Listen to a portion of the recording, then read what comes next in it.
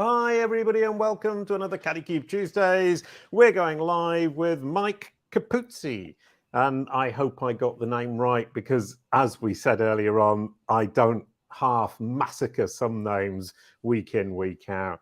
Welcome, Mike. Jason, thank you very much. And yes, you got it right. So you got it right with that sort of European, the right pronunciation. So yes, you got it. Good point. A quick hello and we're good to go. Welcome to the show, Mike Capuzzi'z.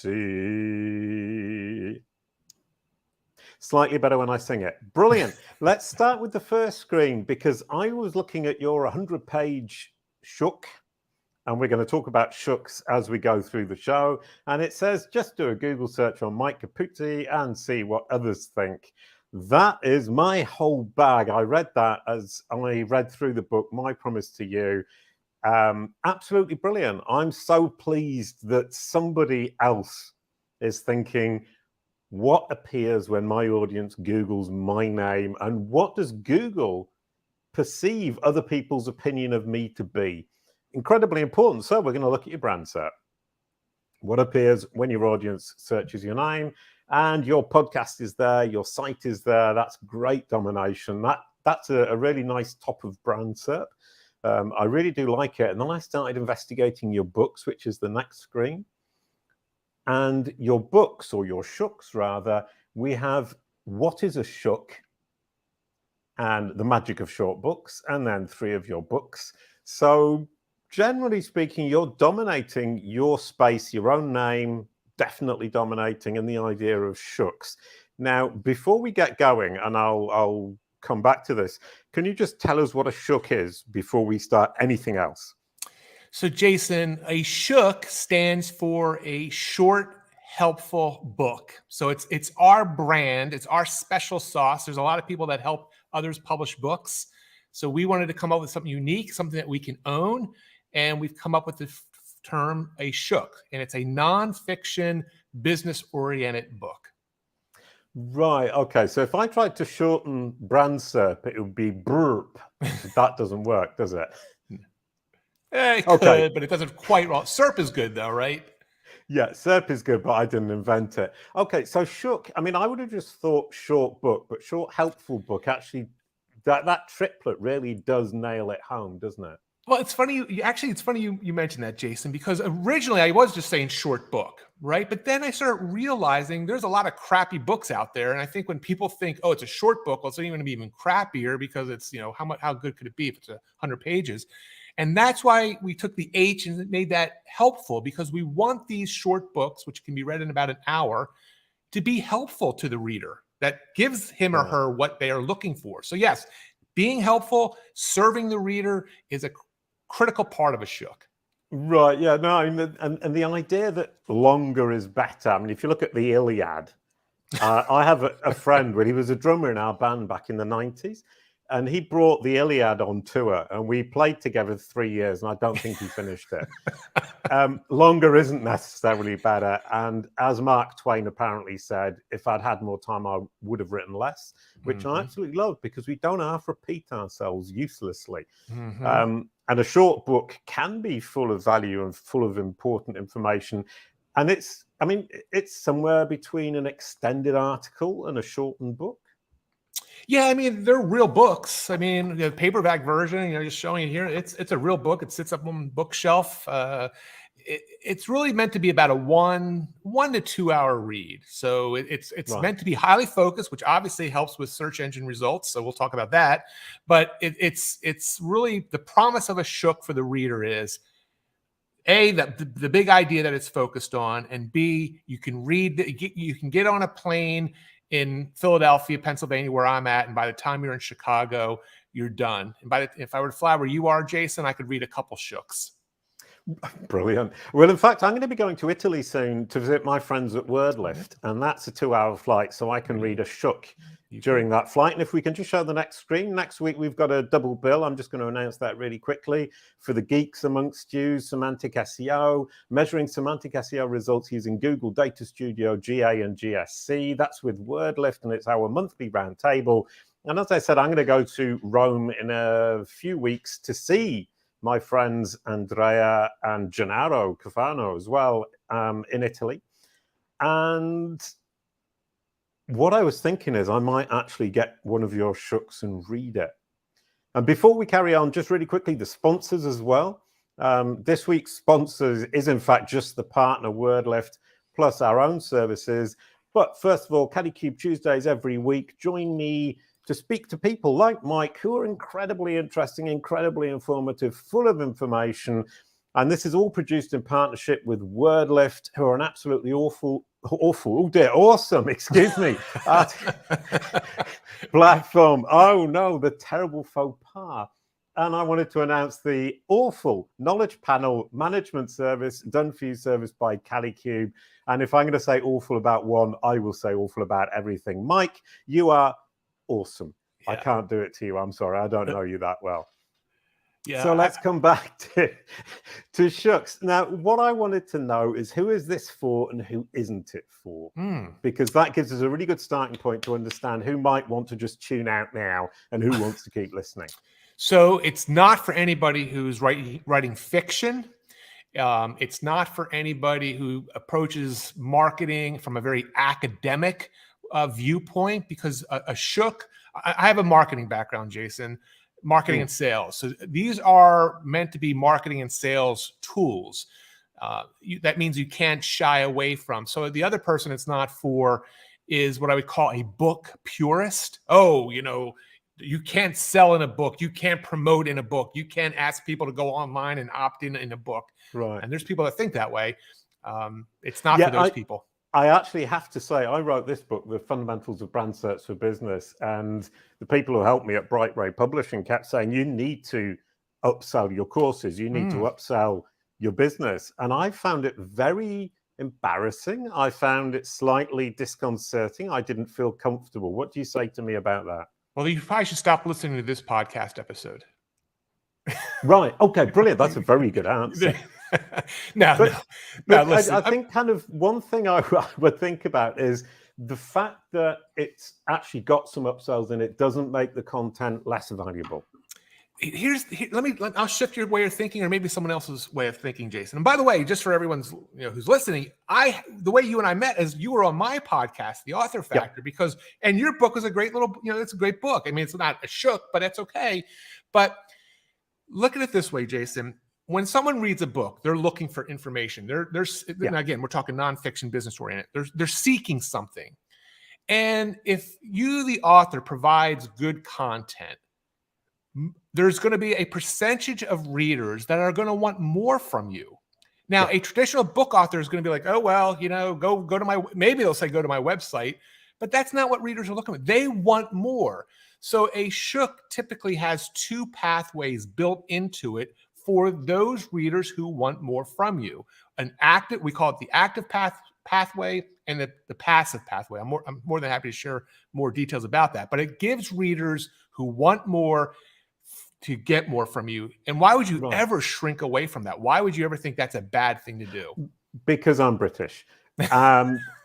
And you immediately think, oh, I can't do that. But yes, you can, because if somebody wants to, they will. And if they don't want to, obviously they won't. And the only idiotic thing to do would be excessively pushy about it, in which case you don't respect your own personality.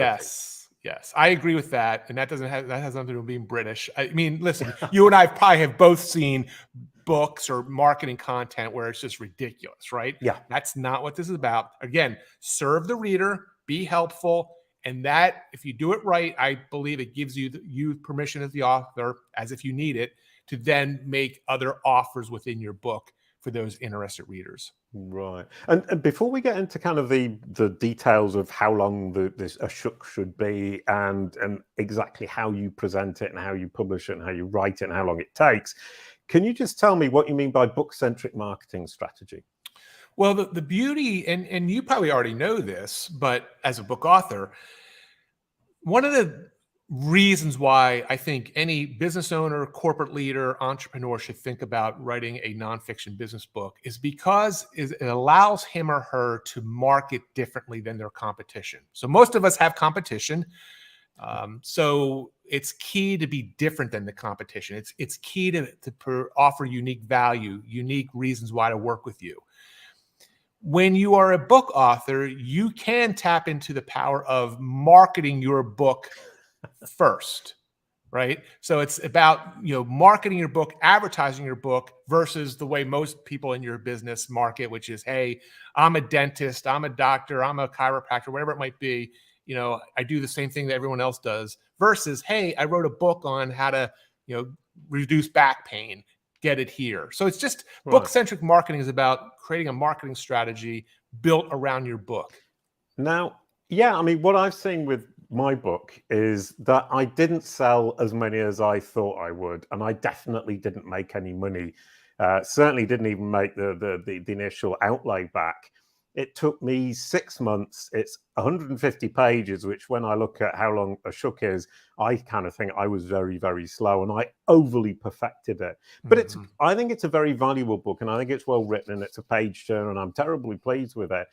But it took a lot of time, a lot of money, a lot of investment.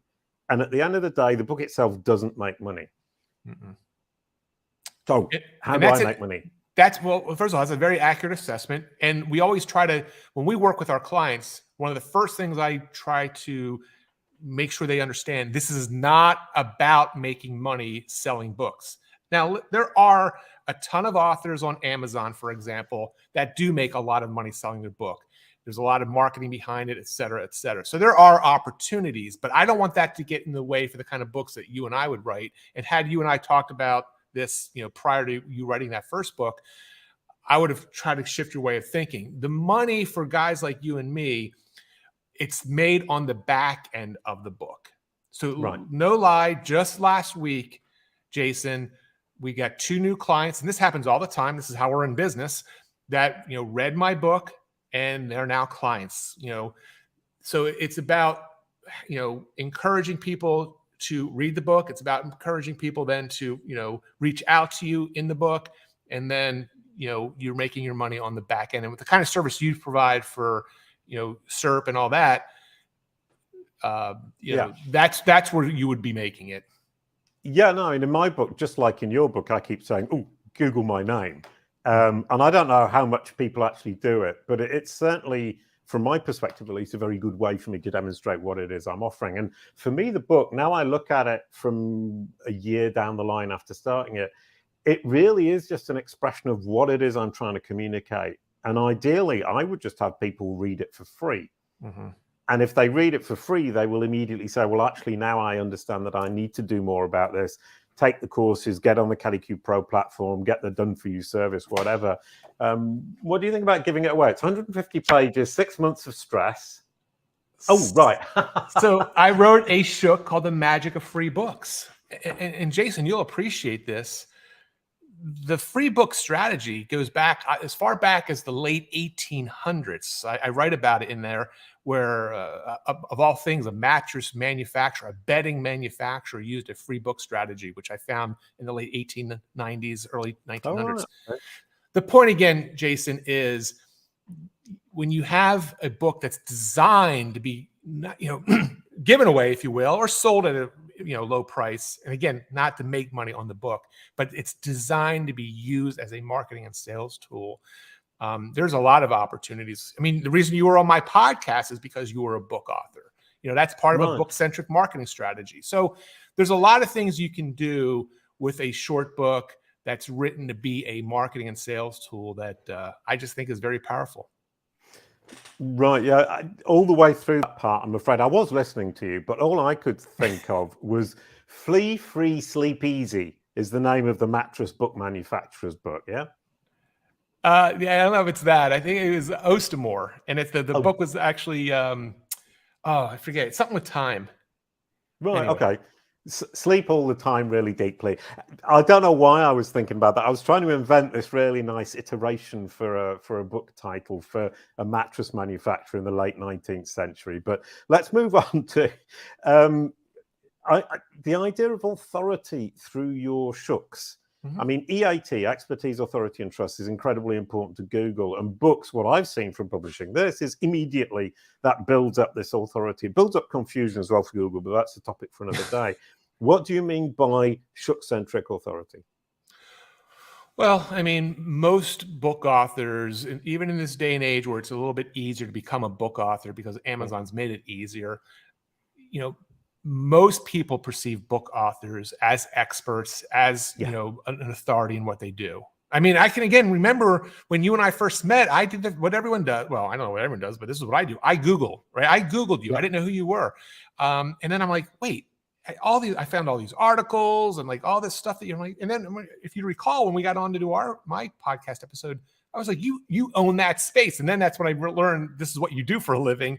Yeah. But that authority is ultra powerful. And it's not a short-term play, Jason, as you well know, right? Building authority takes time, and it's about a long-term game. It's something that you invest in. It's something you do. It's something you continue to build and tweak, because no one can take that away from you. Once you're an author, once you're an established, recognized authority in something, unless you screw something up big time, no one's taking that away from you. Right. And a Shook is how many pages? I mean, I understood it's about 100 pages. Yeah. Is that the minimum Amazon allows? It typically is about 100 pages. And they're real books. They're a little smaller, by the way. We do a little different size than a traditional business book, just to make it a little different. But about 100 pages, Jason, typically 12 to 15,000 words. My guess is your book was probably 40, 50,000 words. Yeah, no, that's about right. I mean, we've got a friend called Gabur, and he writes articles. He wrote a review of Kalicube Pro, 25,000 words, and that's an article. Wow. Yeah, exactly. And that's it was initially... That's 2 Shooks. Yeah, no, it was initially 40,000 words, and I had to get him to break it down into 3 chunks. And he just seems to write like it flows out of him. And for most of us, it's not like that, isn't it? An immense struggle to get to 12,000 words. It can. But again, it's about a shift in thinking. I mean, if you're in business, if you're a corporate leader, chances are you're already helping people. Chances are you're already having conversations. Like a Shook is a conversation starter. It's a conversation just in book, in book format. So it's not about Jason writing the next Iliad. It's not writing about the next, Pulitzer Prize winning book. That's not what this is about. This is a conversation of about an hour in time in book format between you and an ideal reader. So I always say, stress less about perfection, more about personality. Let your personality come through. Let people, get to know you through your Shook. And, that to me is much more powerful than being perfect. But you talk about conversation. Isn't a book a monologue? Well, not if it's a Shook. We encourage, right? We encourage interaction. So again, you'll see it through. That's something that always annoys me with books. And for years and years, you're seeing it shift now. But for years and years, authors hid behind their books. Right. And they would just explain everything. Yeah, explain everything. Kind of and even if they had a website, it wasn't there because the publisher didn't allow it or whatever. Like, how do you find more? Well, now with the kind of stuff you do, obviously people can find more, through search engine. But I believe it's the exact opposite, especially when you're designing the book to be used as a marketing tool. You want to encourage engagement. I give my email in my book. I tell people to email me. I tell people to, I encourage them. I encourage them to go download free content. I want this to be an interactive experience. Right. Okay. And you were talking about the website. Do you create a website for every single book with a domain name for every single book? No. And only because I haven't. I did for the 100-page book. I saw that, and I did that strategically. So that maybe you and I even talked about that on my podcast. But I wrote the 100-page book to see. I've always poo-pooed the whole Amazon #1 bestseller thing, right? Because it's kind of very easy to rig. But I wanted to get serious about it and see if I could become an Amazon #1 bestseller. And I did the right thing, which is I researched how it works, how the algorithms work, what it takes to become a legitimate #1 bestseller. Ironically, Jason, that book, the 100-page book, was 2 years ago, published 2 years ago in July. I just checked today. It had the #1 bestseller tag, the Kindle version, just today. 2 years later, it's still selling. We've sold thousands and thousands of copies. But that isn't actually a topic or a title that anybody would naturally search for. How do you do that? Well, that one I did because I wanted it to be different. I wanted when someone, because they're searching on how to write a book, how to publish a book. The first one I wrote was The Magic of Short Books. I didn't think that was as good, but it turned out it was pretty good. So the short book idea. The 100-page book was just a variation. So it was done very strategically. I literally did like a PhD level study on keywords, on categories. This is on Amazon now, which is all relevant even to Google and stuff like that you're doing. And for that one, we did do a website per your question, because again, when we launched the book 2 years ago, we wanted an easy way to send people. We wanted to show pictures, yada, yada, yada. So it was done very strategically. And it's been a tremendous book for us. I mean, so a lot of that was, obviously you did the research, you launched it, but it's generally speaking, with Amazon at least, it's once it starts selling, Amazon will tend to push it, and it will therefore continue to sell. It helps. It doesn't. It's not the end all panacea, but it does. That sales and good reviews help that book stay, sort of in the top of Amazon's mind share. Right. And do you need a big idea? I mean, kind of, you've got this big idea of Shook's short books, bite-sized books. I mean, Purple Cow versus big ideas. I actually read your book, so I know more than I usually do when I'm interviewing guests. Purple Cow versus big idea. I don't know if there is a difference necessarily. So the Purple Cow, you're referencing Seth Godin, who's a great author. He wrote a short book called, and it's a short, helpful book too. But it's he wrote a book called Purple Cow, which I'd recommend anyone checking out. And in there, he describes, purple cow as something that's different, something that's remarkable. You see a purple cow, it's remarkable. So you want your idea, you want your business, you want your service to be remarkable, to be different. So that's what Purple Cow about. The big idea is a marketing concept, meaning anything, whether it's a book, a podcast, an advertisement you're putting together, a keynote, a TED, whatever it is, it should be wrapped around a big idea, something that sounds new and different. It may not be, because the odds of it being new and different are, in this day and age, are pretty slim. It doesn't mean it can't happen, but it needs to sound new and different. It needs to feel new and different. And that's, at a high level, what a big idea is. Right. Okay. No, I was talking here. Somebody told me, oh, you're an idiot for calling that book The Fundamentals of Brand Search for Business, which is the most boring book title in the entire universe. You should have called it Educating Google, How to Educate Google, because that's both a purple cow and a big idea. So now I'm focusing much more on Google as a child that's hungry to learn, and we need to learn to teach it. And there at you Kalicube, go. we have learned to teach it. Yep. So that's my purple cow. Google is a child, is a purple cow, and it's also a big idea. So I was looking at that and thinking, yeah, I've totally missed the boat here. But you know what, Jason? See, I get. So what you're saying, that's why a second book. So I would love to say all my Shooks I thought out very logically, which I didn't, and I realized maybe I made a mistake with the first one, so I needed to write another one to sort of clarify it. You could easily, so instead of reading a book between now when you head to Rome. Sorry, Anton's showing us a purple cow for people listening to audio. Excuse me, Mike, I cut in. I was just going to challenge you, Jason. Instead of like reading a book between where you are in Rome, why don't you just write a Shook? Write a Shook on the plane. In the plane. Actually, yeah, that isn't a bad idea, because on the plane you're just sitting there getting really bored. At least outline it, right, Jason? At least you could at least do the outline in that, whatever it is, 90-minute, 2-hour flight.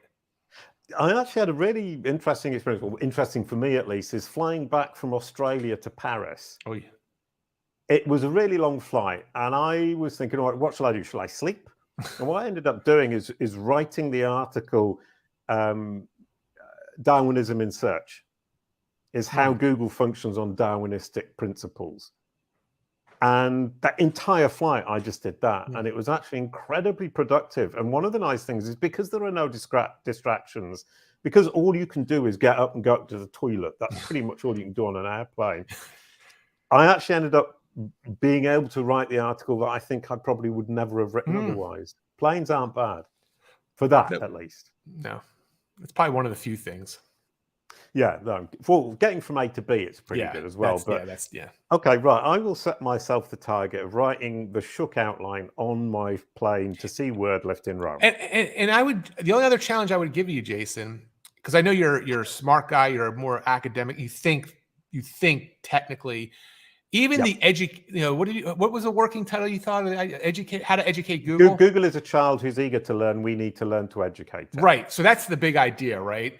But Yeah. you would even want to, and I don't want to use the word, but I'm going to use it anyway, dumb it down even easier. You need to make it, because what you do is it's technical, it's hard to grasp, but if it can be articulated in such a way, so like a title like How to Make Google Do What You Want, that would be, to me, like right off the top of my head, that would be like a really, like, oh, how to make Google do what I want. Yeah, I want to be number one. That. Yeah, no. I like the idea of Google as a child, but what I also don't realize, and you're right, is that a lot of the stuff I talk about, I just think, yeah, well, of course. And I've got clients who earlier on today, I was just talking to them, and it's difficult to get to the stage where you say, actually, all of this knowledge I have has been accumulated over 20 odd years. And it seems obvious to me, but it wasn't obvious to me 10 years ago, 5 years ago, whatever it would be. And so in terms of that, there you go. Here's some advice I would like. In terms of writing a Shook, A, how long does it take from thinking about it to actually publishing it? And B, how do you stop going off on all sorts of different tangents? Two good questions. So the first question is, our world record for a Shook is 23 days from initial idea to printed book in hand. 23 days is the world record. It was from a lawyer who's actually written several Shooks. Now she had that includes the USPS being very slow. Well, that was we did Amazon for that one, and it came no, actually it wasn't. It was our book printer. So our book printer was FedEx. It was pretty quick. So it can happen. So 23 days is the quickest. From idea initial. Now she had a team helping her, so this is not like you on the plane by yourself type of thing. Typically, Jason, with our clients, it's an 8 to 12 week process, because we walk through, we talk about their big idea, we outline it. There's a lot of there's a lot of little nuances to a Shook that are part of a Shook that we have to uncover. So you could definitely have a new Shook ready to go by January 1, 2023, no problem. Right. What was your second question? This is what happens when you Second question is, how do you stop yourself going off on all sorts of tangents and losing your focus? Right. Which is one of my major problems in life. Well, every day. So a couple quick ideas. One, it's always critical to have an outline. So you're outlining, essentially it's like the table of contents of your Shook. That is your outline. That's what you're writing to. So that kind of keeps you focused. You're right. Obviously, and this is going to be a sales plug, working with someone like myself, I'm going to keep you accountable. I'm going to keep you on track to make sure we're not doing that. And it's very real. It's very real. I'm working with a client right now. His he sent just a couple chapters, and he was already over the limit for the entire Shook. I'm like, now he was piecemealing content together, so that's part of the reason why. So he's in that sort of whittling away phase. Again, if you go at it from a different viewpoint and say, listen, I'm trying to help somebody. I want to help them in about an hour so they don't get bored. They don't stop reading. They don't, I don't lose them. And this is not about teaching them everything about SERP. This is just one part of it. Maybe there's a couple Shooks you have. You got to remind yourself what the goal is. This is not the encyclopedia of SERP. This is or Google, educating Google. This is one part of that. So rather than write one 300-page book, Jason, write 3 100-page books. Break it up. Obviously, that's going to help a search engine, because now you have 3 books instead of 1. I mean, that's the beauty of what you and I are talking about here. Right, 100%. And that's absolutely brilliant. Thank you so much, Mike. That was a really, really nice way to conclude it. 3 books instead of 1, writing 3 100-page books rather than 1 300-page books. And now that I say it, I think you practice saying that, because it's actually quite difficult to say. Thank you, Mike. Thank you, everyone, for watching. Thank you, Anton, behind the scenes. We're going to introduce next week's show and have the passing of the baton. And next week, it's George Kapernaros, the key of retention for e-commerce, sponsored by Wordlift and Ahrefs. And I'm really looking forward to this because I have no idea what the key to retention for e-commerce is. So Mike, could you pass the baton? Well, for sure. Next week's episode is going to be a good one. Jason's guest, as he mentioned, is George Kapernaros. George helps launch and grow direct-to-consumer e-commerce brands and has been involved in more than 200 product launches in virtually all Tier 1 countries. His specialty is reducing the cost of acquiring new customers, increasing their purchase frequency, and reaching them at scale. So it should be a great podcast episode. Can't wait to hear it, Jason. Brilliant. Thanks so much. And I love the photo because he's looking at you throughout that, as you said that, with such power, delight. I think it's a great photo, and I think it's going to be a great topic. Thank you, everybody. Thank you, Anton. See you next week. Oh, a quick goodbye to end the show. Thank you, Mike. I forgot the song. Kalicube. It's all about your